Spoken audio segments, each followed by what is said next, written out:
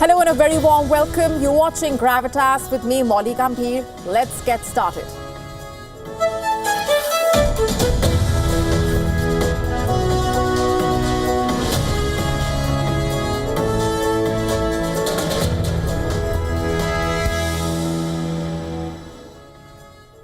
Our top focus tonight on Gravitas: are the US and Iran readying for war? After Donald Trump's bombing threat, Iran has issued a chilling warning to the US. We piece together the developments for you to get you the bigger picture. This is coming up in just a bit, and here's a look at what else is lined up for you on the show tonight. As Israel bombs the Lebanese capital yet again, it's a major test for the fragile truce with Hezbollah. We tell you about the implications for the region and the latest. The tensions between China and Taiwan have reached a boiling point. What's happening? Where are things headed? This and more coming up.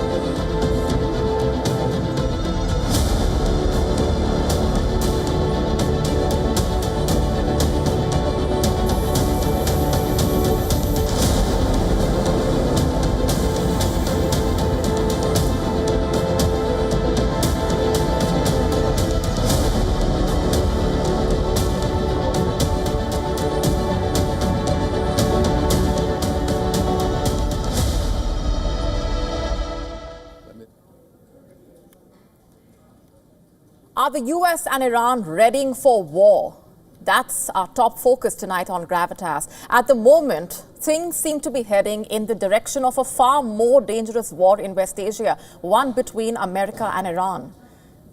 You see, so far, they have fought via allies, but today those tensions have edged closer to the point of no return.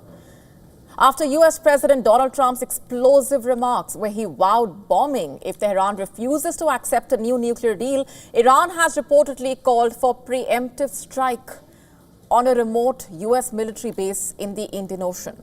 The Diego Garcia military base. You heard that right. According to the British daily, the Telegraph, Iranian military commanders are facing calls for preemptive strike on the Chagos Island base before US President Donald Trump uses it to attack the Islamic Republic. What's the trigger, you ask?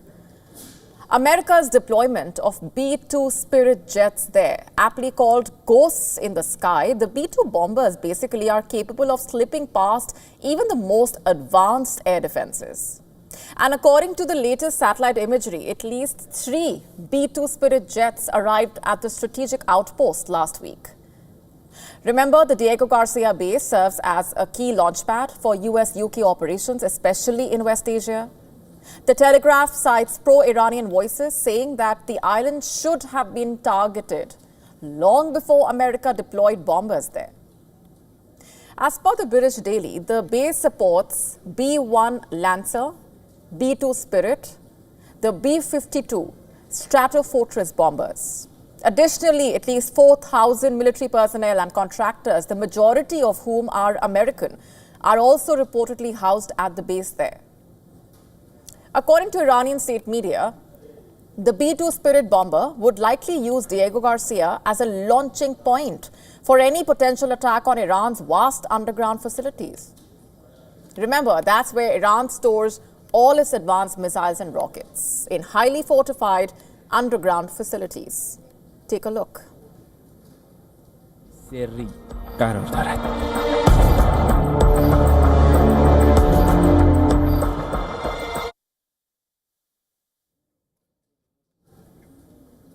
But you see, experts say that unlike other conventional weapons, the American B-2 bombers are capable of striking underground compounds. In fact, that is B-2 Spirit jet's unique feature. So in case a war with Iran does break out, America could potentially use the B-2 bombers to target Iran's underground missile cities. And with these now stationed in Diego Garcia, Iran sees a direct threat. Because that's not all. Satellite images also show at least 3 C-17 cargo planes and 10 aerial refueling tankers at the Diego Garcia base. And these seem to have arrived here recently. And we've told you last week about the latest deployments. And then there is also the matter of the base itself. The highly strategic base has been used as a staging point for U.S. strikes in West Asia on multiple occasions in the past. Iran is provoked, but Tehran is also not buckling under American pressure. An advisor to Iran's Supreme Leader has issued Iran's most alarming threat yet. If attacked, Iran will have no choice but to develop nuclear weapons. And these comments also come after Khamenei himself promised to hit back if Donald Trump carried out his threat to bomb Iran, if it did not make a deal to curb its nuclear program. The enmity from the US and Israel has always been there. They threaten to attack us, which we don't think is very probable, but if they commit any mischief, they will surely receive a strong reciprocal blow. And Iran also sends its message to the UN Security Council in a letter by its UN ambassador. Tehran has condemned what it described as warmongering provocations by America. And adding to the volatility, the Islamic Revolutionary Guard Corps, or IRGC, also making its position clear. Brigadier General Amir Ali Hajizadeh has warned that the U.S. is sitting in a glass house. The Iranian general, in fact, has warned that American forces are dangerously exposed, saying that 10 American bases and 50,000 American troops in the region are within Iran's reach. Meanwhile, Ali Larijani, a top Iranian politician, has raised a rather important issue. Threats aside, could Iran actually build a nuclear weapon under a nuclear fatwa? Larijani says Iran could rethink it if the United States or Israel attacks Iran. And as far as Tehran is concerned, the ball really is in America's court. So suffice to say, tensions between Iran and the US are at an all-time high, and they have escalated since Trump has returned to the White House. Since taking office in January, Trump has reinstated what has been described as a maximum pressure policy. During his first term, that meant US withdrawing from the landmark agreement on Iran's nuclear program and reimposing sanctions on Tehran. In his second term, it is edging towards an all-out war, it seems. How close is war? It's hard to say, but things have definitely moved beyond just verbal threats. But could a war actually break out? Would Iran actually strike first? If so, what would an Iranian preemptive strike look like? Is Donald Trump serious about bombing Iran? Or is this yet another calculated move on his part to force Iran into negotiations? We will have to wait and watch.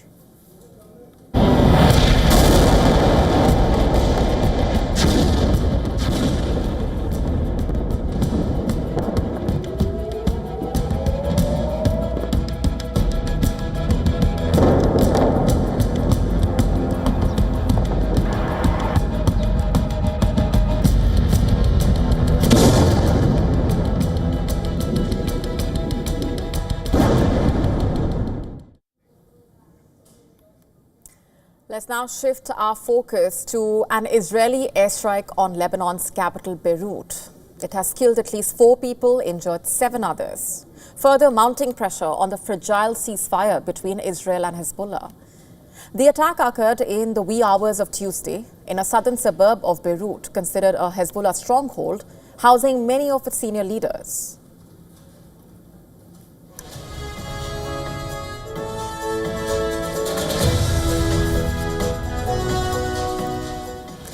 In a statement, the IDF said that the target of the strike was Hezbollah operative Hassan Ali Mahmoud Badr, who they say served in Hezbollah's Unit 3900 as well as Iran's elite Quds force, accusing him of aiding Hamas with planning attacks against Israelis, further adding that it was assisted by Israel's security agency and Mossad for the operation.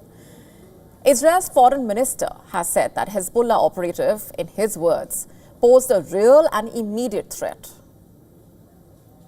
this morning, or very early this morning, IDF fighter jets struck a Hezbollah terrorist in Beirut. He had recently been directing Hamas terrorists and assisting them in an attempt to carry out a major imminent attack against Israeli civilians. The terrorist posed a real and immediate threat, what we called ticking bomb. Therefore, we had to eliminate the threat. Israel will continue to remove any threat to our citizens. In fact, a senior Hezbollah legislator has said that the group is not looking for a war with Israel, but is ready for it, especially if it is imposed on them. We do not want a war. Let's be clear, Hezbollah does not want a war.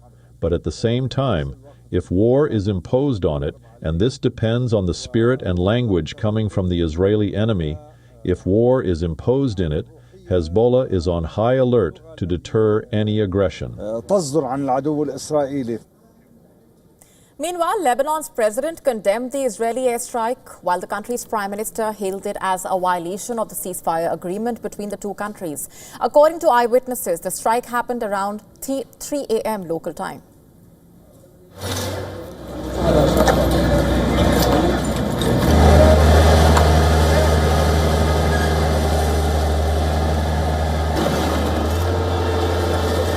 We were at home at 3 a.m. We were sleeping. We hear a woo sound and a powerful strike hit. I carried my daughters and got them down from the building. We asked around and searched for the strike location and what had happened. They said the strike hit our neighbor next to us, really close to us, but we didn't pinpoint it exactly because of the dust that was everywhere, and the smell was really disturbing. And in the aftermath of the strike, visuals showed extensive damage in at least the top 3 floors of the residential building, with the balconies of these floors completely blown out. You see, the latest strike comes just days after Israel launched its first attack on Beirut since the Lebanon-Israel ceasefire came into effect last November.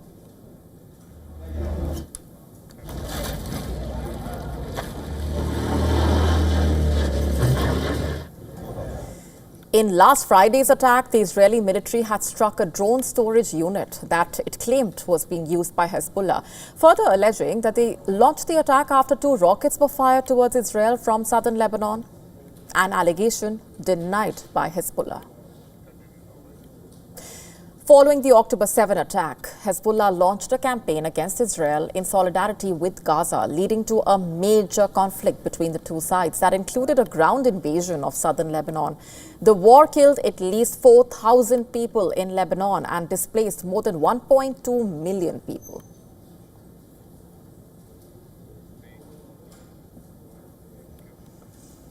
Every war has casualties, and most times it's the ordinary citizens who end up paying the price of conflict.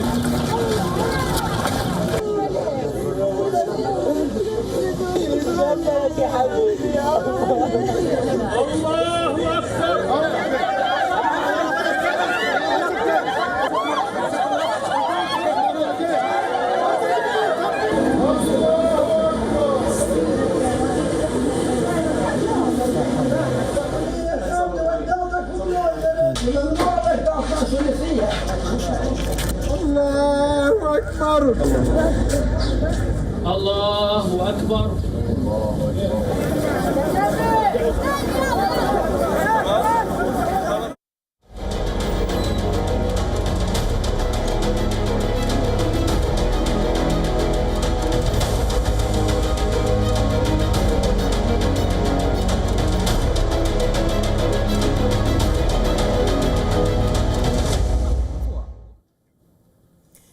Changing focus for now, Bangladesh's interim government chief advisor, Mohammad Yunus, has openly pitched for China as a key economic partner at the expense of India.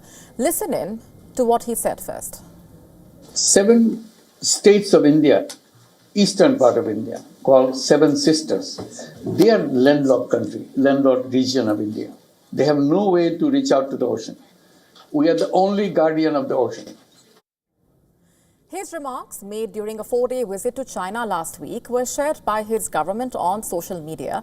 Now, Yunus has painted a picture where Bangladesh holds the key to Northeast India's trade, transit and global connectivity, and even went further to suggest that this scenario presents an opportunity for China to integrate the region into its own economic expansion. But let's just be clear here. This is not just economic posturing by Yunus. India has long recognized the strategic challenge posed by the narrow Chicken's Neck corridor, the thin strip of land connecting Northeast India to the rest of the country, and that is why New Delhi has worked with past Bangladeshi governments, including that of former Prime Minister Sheikh Hasina, to strengthen transit agreements and regional cooperation. But now Yunus appears to be doing the opposite, or at least trying to, signaling a pivot towards Beijing. And his remarks, by the way, have sparked sharp reactions in India. In a post on the platform X, Assam's chief minister slammed Yunus's statement as offensive and unacceptable, further stating that strengthening road and rail networks in the Chicken's Neck region needs to be a top priority, adding that India must also explore alternate routes to ensure that its northeastern states remain firmly connected to the mainland without over-reliance on external territories. During his meeting with the Chinese President Xi Jinping last Friday, Yunus sought increased Chinese investment to prop up Bangladesh's struggling economy. Bangladesh, you see, has been grappling with severe financial and political turmoil. We've been telling you about this. And it appears that he sees Beijing as the answer to those troubles, adding another layer of complexity to an already tense relationship between New Delhi and Dhaka. Looking ahead, Yunus is set to attend the BIMSTEC summit in Thailand later this week. He has reportedly requested for a meeting with the Indian Prime Minister. But as of now, New Delhi has not confirmed any engagement. In fact, Prime Minister Modi will be in Thailand on April 3-4, and India's strategic approach to the Northeast will certainly be among key discussion points within the regional grouping.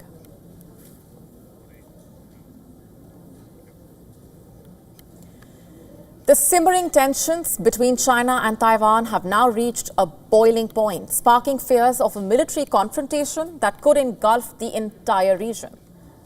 How exactly are the Philippines and Japan reacting? Our next report getting you the complete story.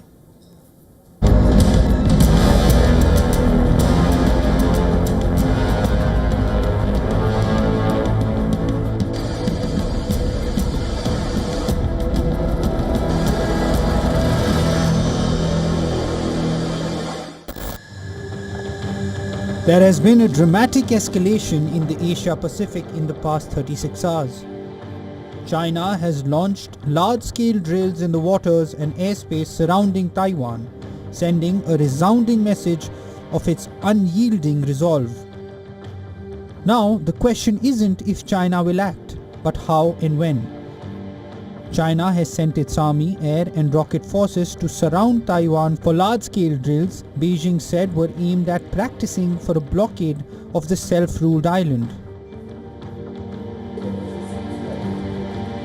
Taiwan's defense ministry said China has deployed 71 aircraft and 19 warships, including the Shandong aircraft carrier group, around the island.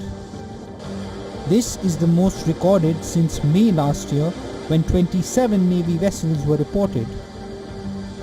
Taiwan has responded, dispatching its own aircraft and ships and deploying land-based missile systems in response to the exercises.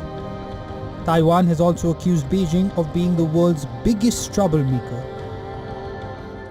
President Lai has instructed the national security and defense units to make preparations and deal with the situation.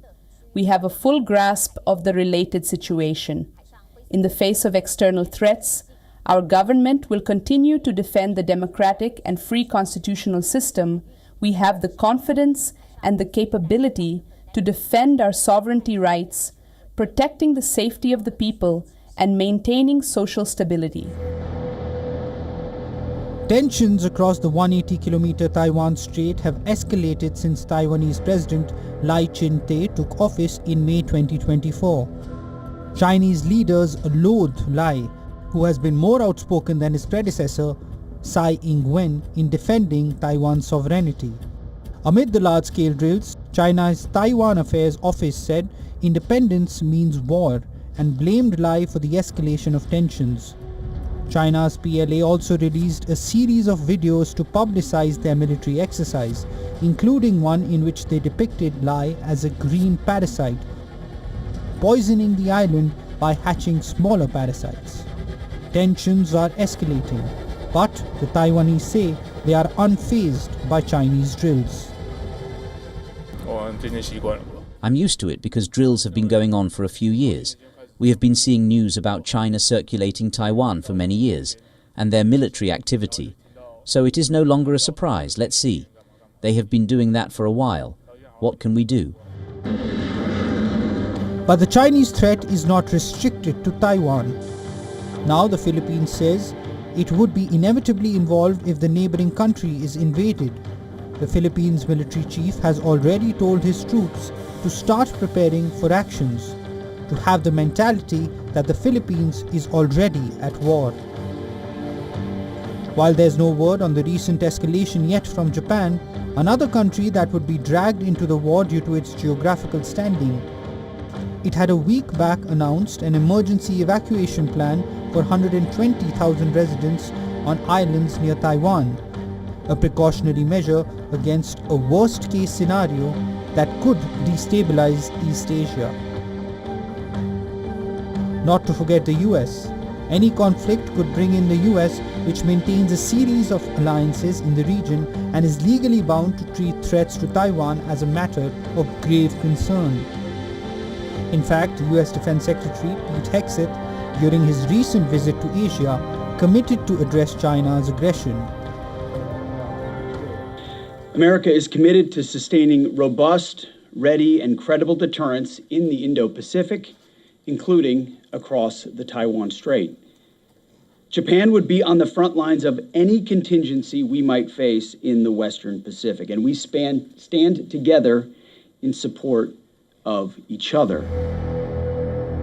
With Beijing's patience wearing thin and Washington's support for Taipei unwavering, the stage is set for a showdown that could have far-reaching consequences for global stability and security. Bureau Report, WION World is One.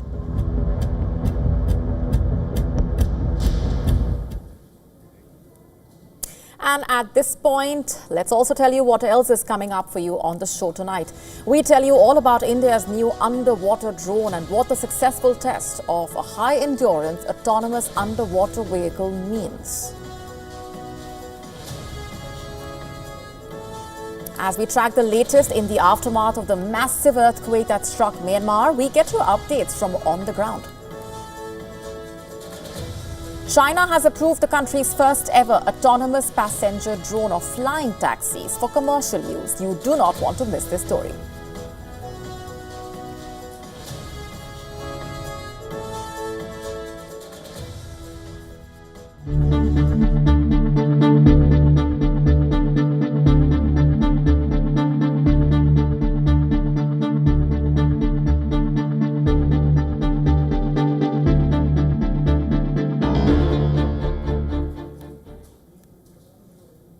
Our next story comes from India.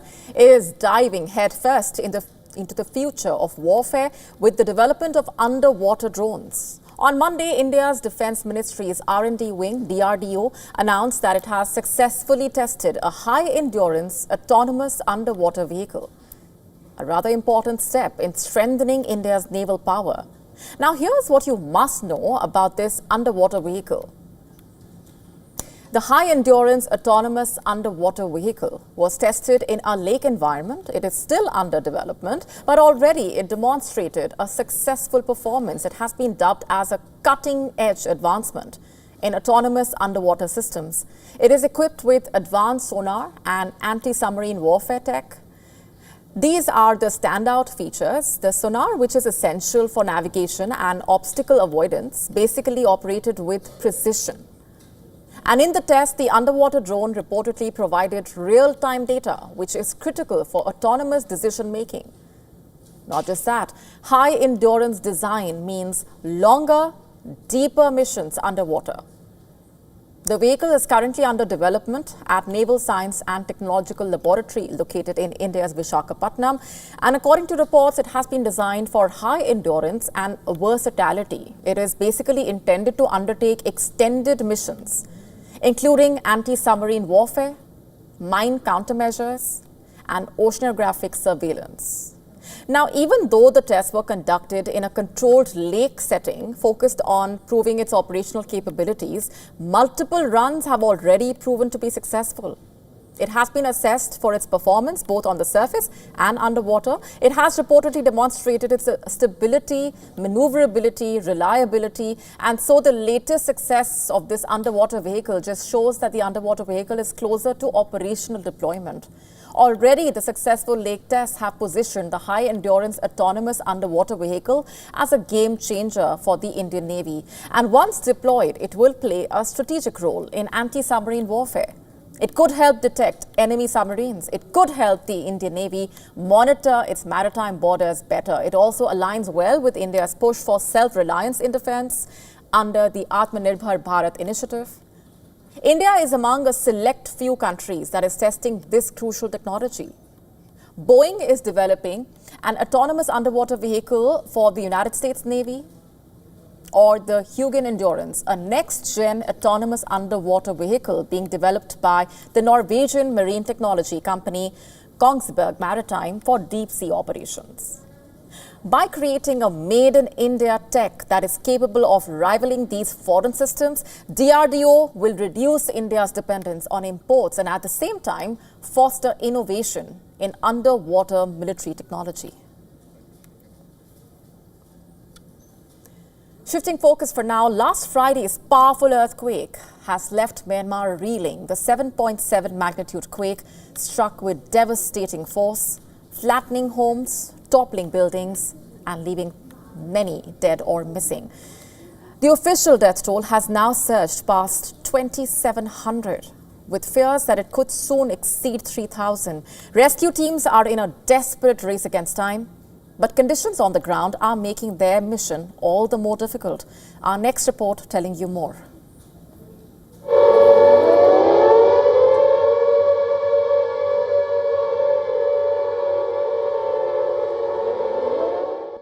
A minute's silence at the exact moment the earthquake struck, marking a tribute to those who lost their lives.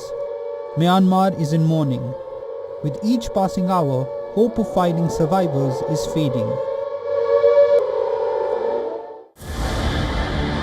The strongest earthquake to hit the country in a century has reduced many communities to rubble.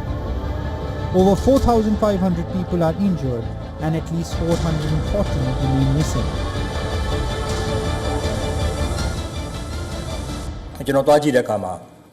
The latest death toll reported to me by 8 am this morning is that 2,719 people died from all earthquake-hit areas. 4,521 injured and 441 are reportedly missing. Among the missing, most are assumed to be dead. There is a narrow chance for them to remain alive, as it has been over 72 hours. Rescue teams and volunteers alike are sifting through collapsed buildings and wreckage. But the lack of heavy-duty equipment and trained personnel has severely hampered their ability to save lives. That too amid scorching heat, with temperatures rising above 40 degrees Celsius in some parts of the country. Across major cities, power and communication lines are down, leaving many cut off from aid. For those who survived the initial quake, life has become a struggle for basic necessities. Food and clean drinking water are scarce. Many are sleeping in makeshift shelters or just in the open, still terrified of aftershocks that could bring even more destruction. One video captured by a teenage girl trapped under a collapsed apartment building showed she and her sister clinging on to their injured grandmother, their voices calling out for help from beneath the wreckage. They were rescued, but countless others remained buried under concrete and steel. A rare moment in the country's capital offered a glimmer of hope. A 63-year-old woman was pulled alive from the rubble. Amid the devastation, the world has stepped in to help. India launched Operation Brahma to assist Myanmar's rescue and relief efforts. Personnel from India's National Disaster Response Force are on the ground, searching for survivors. Meanwhile, the Indian Army has set up a fully functional field hospital in Mandalay, offering critical care to the injured. Deployed with the help of 2 Indian Air Force C-17 aircraft, this hospital provides much-needed medical relief with 200 beds and surgical capabilities. Local hospitals continue to be overwhelmed, with many of the injured awaiting treatment. Aid groups and the United Nations warn of an impending humanitarian disaster. With hunger and diseases looming large over the already devastated communities, even before this disaster, Myanmar's ongoing civil war and poor infrastructure made it one of the toughest places in the world for humanitarian efforts. And amidst all this, the junta continues airstrikes across the country, further deepening the crisis. The road to recovery will be long, but for now, the immediate battle is to save as many lives as possible before time runs out. Bureau Report, WION The World is One.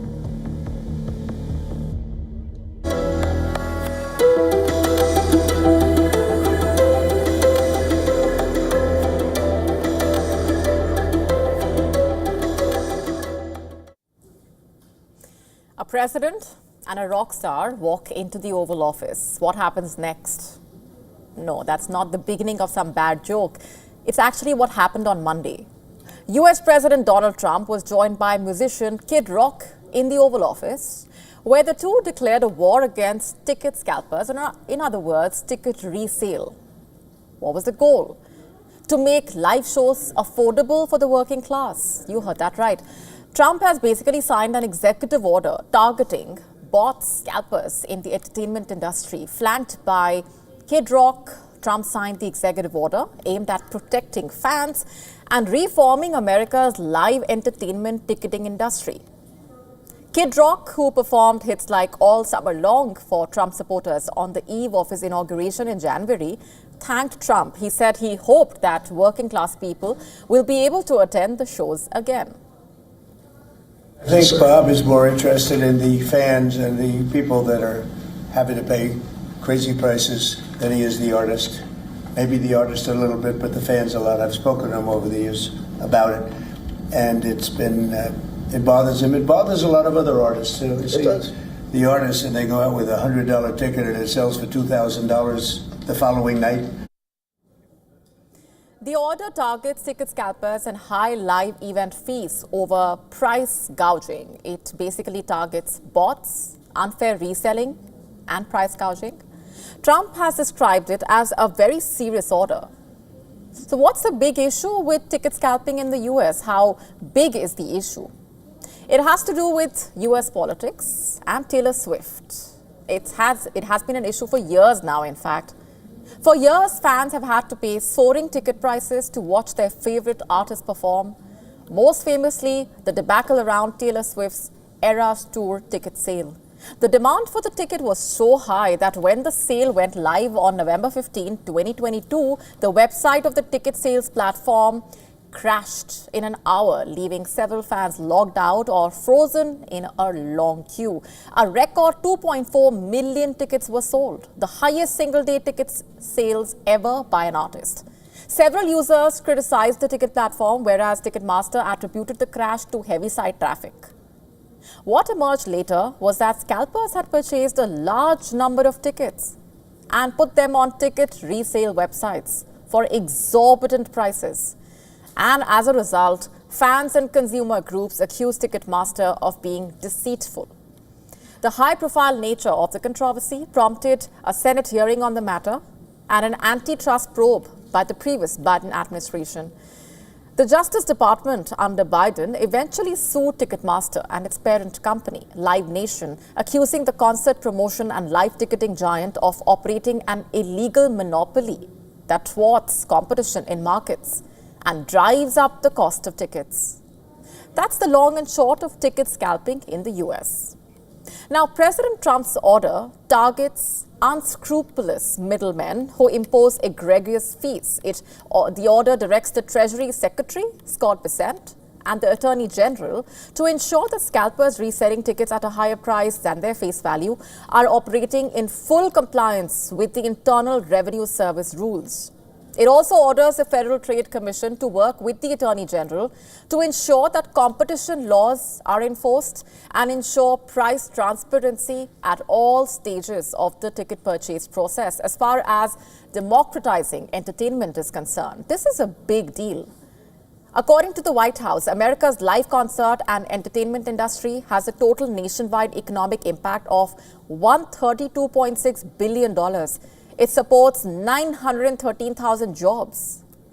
Kid Rock called Trump's order a great first step. After signing the order, Trump handed the order to Kid Rock, who hoisted it up in hand and declared, "Make America fun again."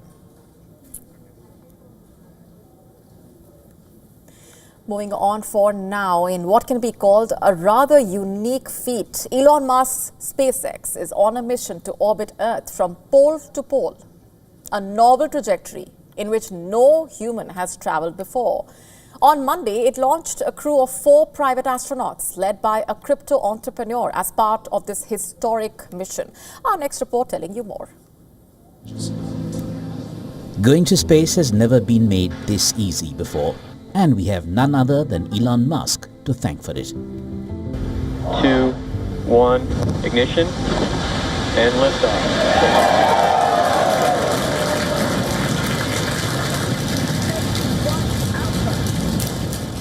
On March 31st, a SpaceX Dragon spacecraft carried by a Falcon 9 rocket took off from NASA's Kennedy Space Center in Florida, marking the first ever space trip of a crew of 4 private citizens. These astronauts were sent by Musk to survey Earth's north and south poles. A rather daunting task to be carried out by those who never set foot in space before. The polar mission, called FRAM-2, is spearheaded by a Bitcoin investor and Malta resident Chun Wang, who reportedly paid a fortune to SpaceX for this polar adventure. Accompanying him are 3 guests: a Norwegian film director, a Germany-based robotics researcher, and an Australian adventurer, all of whom share an undying love and enthusiasm for exploring the poles of the Earth. The SpaceX rocket has put the space tourists on a path never flown in 64 years of human spaceflight. The astronauts are supposed to spend 3 to 5 days partaking in research experiments centered on how spaceflight and microgravity affect the human body. The SpaceX crew will also be the first to attempt to grow oyster mushrooms in space as part of an experiment that could provide a nutritious, delicious and sustainable food source for long-duration space missions. Won't be a stretch to say that this is officially the era of space tourism, and Musk's latest feat has only revolutionized it further. Bureau Report, WION World. Shifting focus for now, an investigation has found that Facebook has hosted and profited from more than 100 paid advertisements promoting illegal Israeli settlements and far-right settler activity in West Bank, raising serious concerns about whether Facebook is complicit in violating international law. According to Al Jazeera, that carried out the investigation, these ads don't just market real estate, they allegedly push for the demolition of Palestinian homes, schools, playgrounds. Some reportedly even ask for donations for Israeli military units operating in Gaza. Meta, which is Facebook's parent company, responded to these findings by saying that all ads on its platform go through a review process, while it admitted that some of these ads have since been removed for violating its policies on social issues, elections and politics. Meta, however, failed to clarify whether the promotion of illegal settlements violated its standards. Not just that, Al Jazeera claims that at least 52 ads from Israeli real estate firms specifically targeted potential buyers in Israel, the United Kingdom, the United States, promoting properties in settlements across the West Bank. Most of these ads, first published in March 2024, it said, remained active on the platform today. Under international law, all Israeli settlements in the West Bank are deemed illegal. So the question remains, why is Facebook allowing the platform to be used to promote activities that could be considered violations of international law? And more importantly, what will be done to hold tech giants accountable for profiting from such content?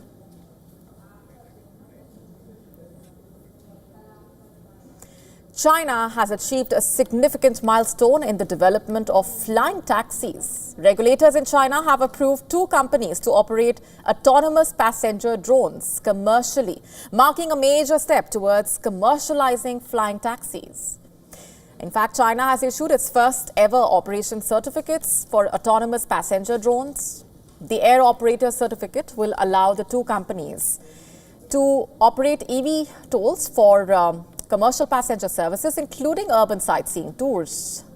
Named EH216S, the low-altitude carrier has a carbon fiber body and is fully electric. The flying taxi is capable of flying autonomously. In other words, it does not require a pilot to fly. The flying taxi can carry 2 passengers and has a maximum flight range of 30 kilometers. It can fly at speeds of up to 130 kilometers per hour.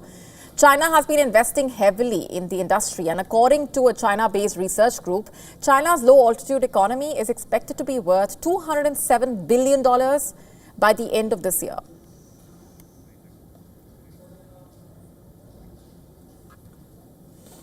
Shifting focus to Elon Musk, the business magnate has publicly addressed claims regarding child support payments to influencer Ashley St. Clair, who alleges he is the father of her 6-month-old son. Musk took to his social media platform where he said, and I'm quoting, "I don't know if the child is mine or not, but I am not against finding out. No court order is needed. Despite not knowing for sure, I have given Ashley $2.5 million and I'm sending her $500K per year," quote unquote. St. Clair countered Musk's claims, asserting that he had refused a paternity test prior to the child's birth. She stated, and I'm quoting here, "Elon, we asked you to confirm paternity through a test before our child, who you named, was even born. And you were not sending me money. You were sending support for your child that you thought was necessary until you withdraw most of it to maintain control and punish me for disobedience. But you are really only punishing your son," quote unquote. She also accused Musk of attempting to silence her through court orders while publicly disparaging her. St. Clair further taunted Musk and said, I'm quoting further, "America needs you to grow up." In February this year, St. Clair filed a petition for sole custody of the child in New York Supreme Court, claiming Musk had only met the child 3 times and was not involved in his care. Musk is known to have 14 children with 4 different women, 6 with his first wife, 3 with Sink Grimes, and 4 with Neuralink executive Shivon Zilis, including twins and 2 children born in 2024. The Tesla owner is currently under fire for his cost-cutting spree as head of the U.S. Department of Government Efficiency.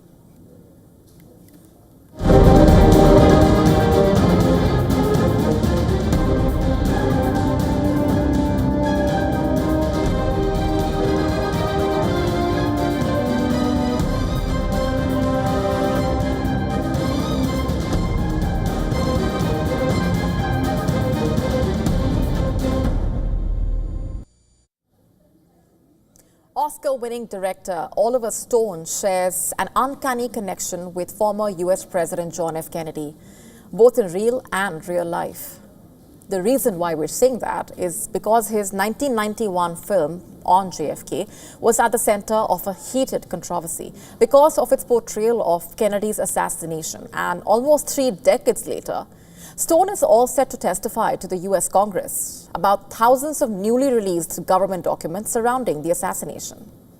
The first hearing of the House Task Force on JFK, slated on Tuesday, comes weeks after President Donald Trump's administration revealed approximately 80,000 pages of declassified files on federal secrets on John F. Kennedy, whose assassination has been shrouded in mystery for decades.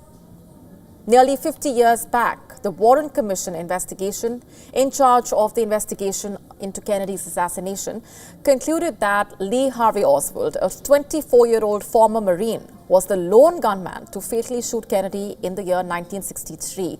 And this theory has been refuted by many, including Stone, whose film titled JFK spoke of a shadowy government conspiracy behind Kennedy's death. And Stone is not alone, by the way. Just days ago, Republican Representative Anna Paulina Luna claimed that U.S. broadcasting company NBC is holding on to a videotape that proves Oswald did not assassinate Kennedy. She also chairs the task force and expressed her wish to work with writers and researchers to help solve one of the biggest cold case files in U.S. history, quote unquote. The catch is this case was never viewed as cold by scholars and historians, who basically argued that Oswald was being framed for the lack of supporting evidence. A similar stream of thought came through Stone's movie JFK, which strongly believed that Kennedy's death was a result of high-level conspiracies involving elements of the U.S. intelligence. JFK was nominated for 8 Oscars, including Best Picture, and won 2. The movie had also hit the popularity charts, grossing more than $200 million.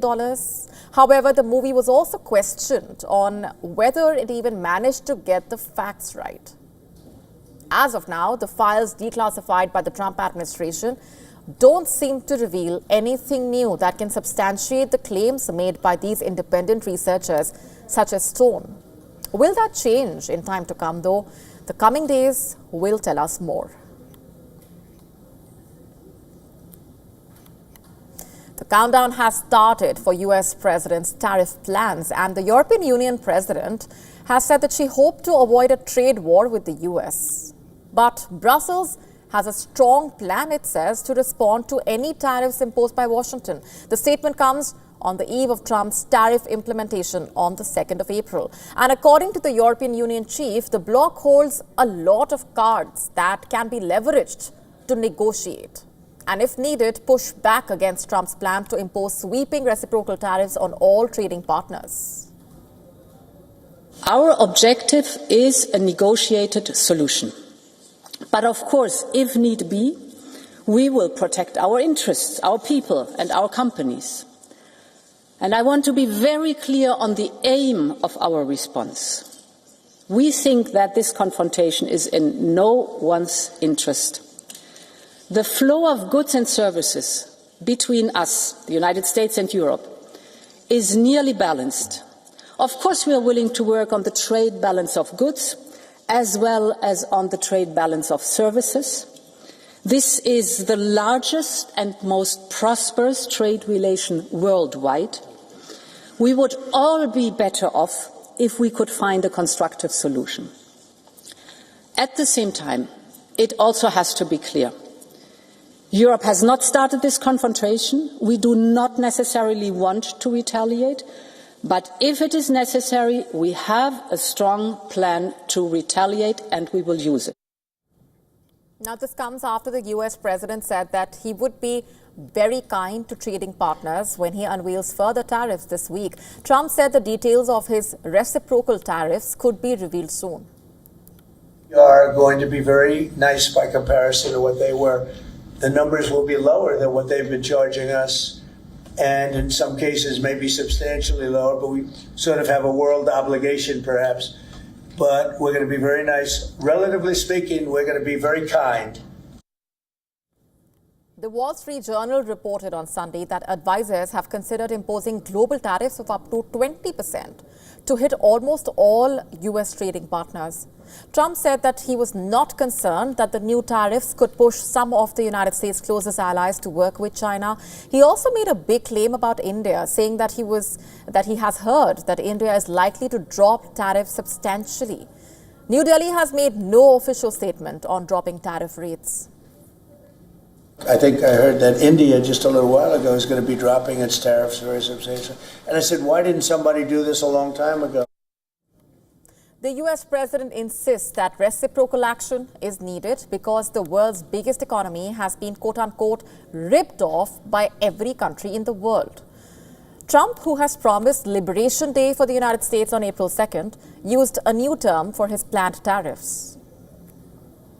I think this is going to be an amazing, I call it a lot of different names, but it's really, in a sense, it's a rebirth of a country because how we could have afforded to do what we did, we help everybody and they don't help us. Meanwhile, market nervousness has intensified after Trump said on Sunday that his tariffs would include all countries. Earlier, a White House press secretary had told reporters that the goal on Wednesday would be to announce country-based tariffs, although Trump remains committed to imposing separate sector-specific charges.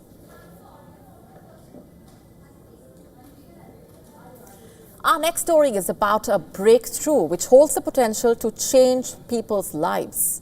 A device has been developed by scientists. You know what it can do? Translate thoughts about speech into spoken words, that too in real time. How was this made possible?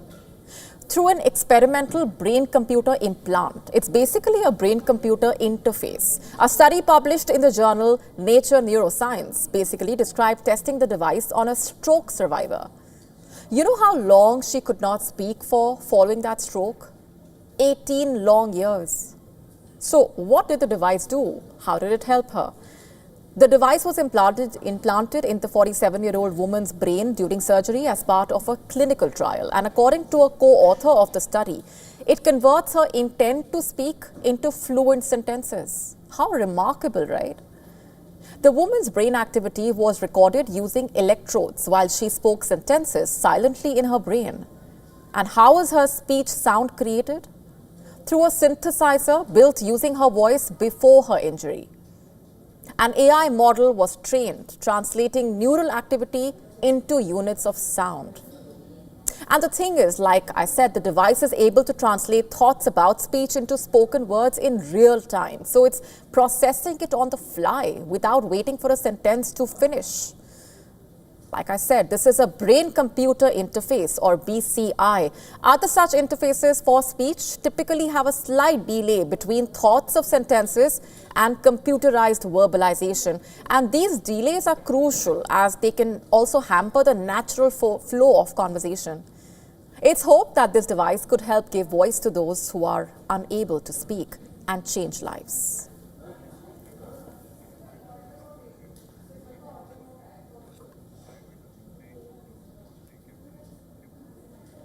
And with that, it's a wrap on this edition of Gravitas Tonight. This is me, Molly Gambhir, signing off.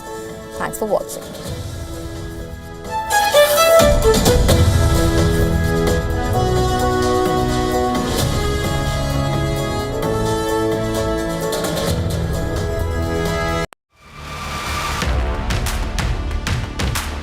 Imagine a world where owning your dream asset is just a click away, where wealth is no longer exclusive to the few.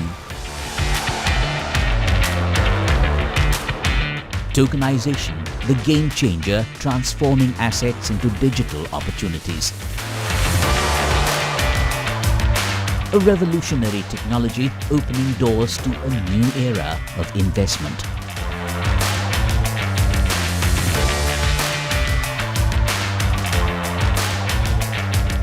Don't miss Token Money Magnet, a bold initiative by Kalp Foundation. Only on WION World is One.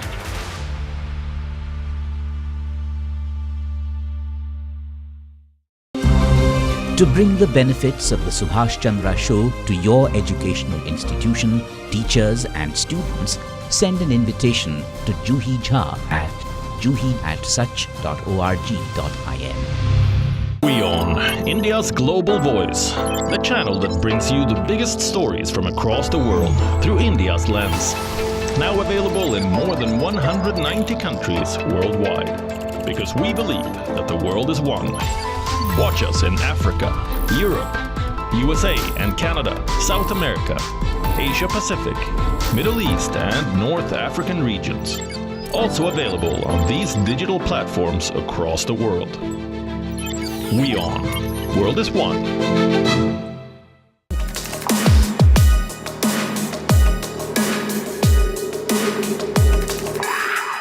Catch me on Token Money Magnet, only on WION.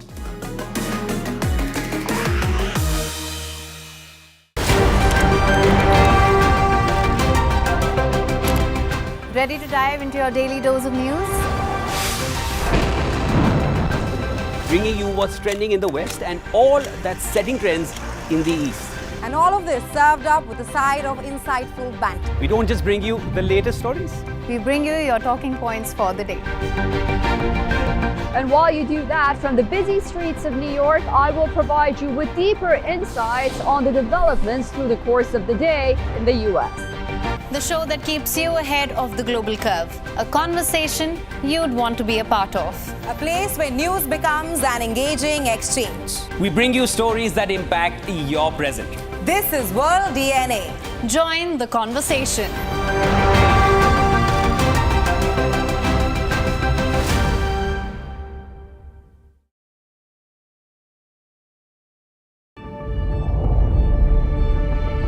The Earth is sending distress signals. Wildfires, droughts, and melting glaciers. Can we reverse the damage? Explore the harrowing effects of climate change. It's a wake-up call. Global emergency. Climate Tracker on WION World is One.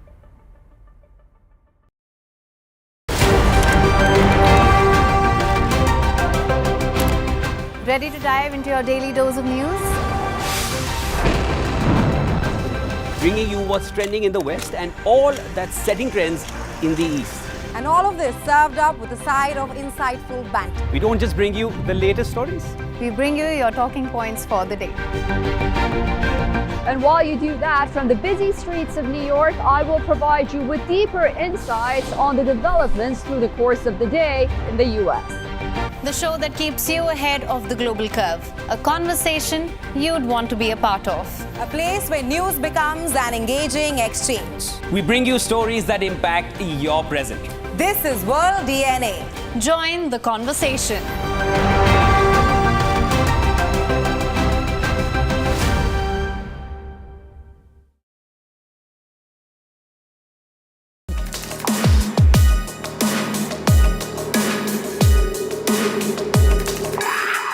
Catch me on Token Money Magnet, only on WION.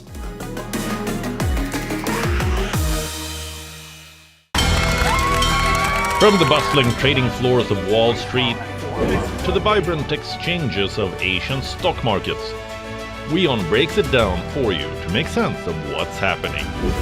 As we reveal the key factors behind events, strategic battles, and the game-changing business decisions that shape the world. We bring you all of this and more on World Business Watch. WION, India's global voice, the channel that brings you the biggest stories from across the world through India's lens. Now available in more than 190 countries worldwide. Because we believe that the world is one. Watch us in Africa, Europe, USA and Canada, South America, Asia Pacific, Middle East and North African regions.